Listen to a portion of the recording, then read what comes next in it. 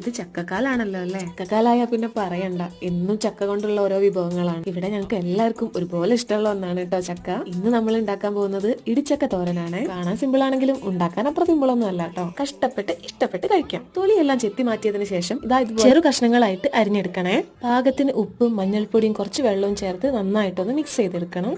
ഇനി നമുക്കിതൊന്ന് വേവിച്ചെടുക്കാം. ചക്ക ഒന്ന് വെന്ത് കഴിയുമ്പോൾ നമുക്ക് ഫ്ലെയിം ഓഫ് ചെയ്യാം. അതിനുശേഷമാണ് നമ്മളെ മെയിൻ പരിപാടി. ചൂടാറുന്നതിന്റെ മുന്നേ തന്നെ നമുക്ക് ഈ ചക്ക ഒന്ന് ഇടിച്ചെടുക്കണം. മിക്സിയിൽ അടിച്ചെടുത്താലും മതി കേട്ടോ.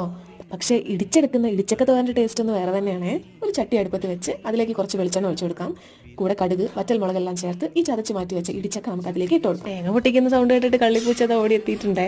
കുറച്ച് നല്ല ജീരകം മുളകും ചേർത്ത് തേങ്ങ ഒന്ന് ഒതുക്കി ഇതിലേക്ക് ചേർത്ത് കൊടുക്കാം. കുറച്ച് കറിവേപ്പില കൂടെ അതിലേക്ക് ഇട്ട് കൊടുക്കണേ. അപ്പൊ നമ്മളെ ടേസ്റ്റി ഹെൽത്തി ഇടിച്ചക്ക തോരൻ റെഡി ആയിട്ടുണ്ട് കേട്ടോ. സൂപ്പർ ടേസ്റ്റി സാധനമാണ്.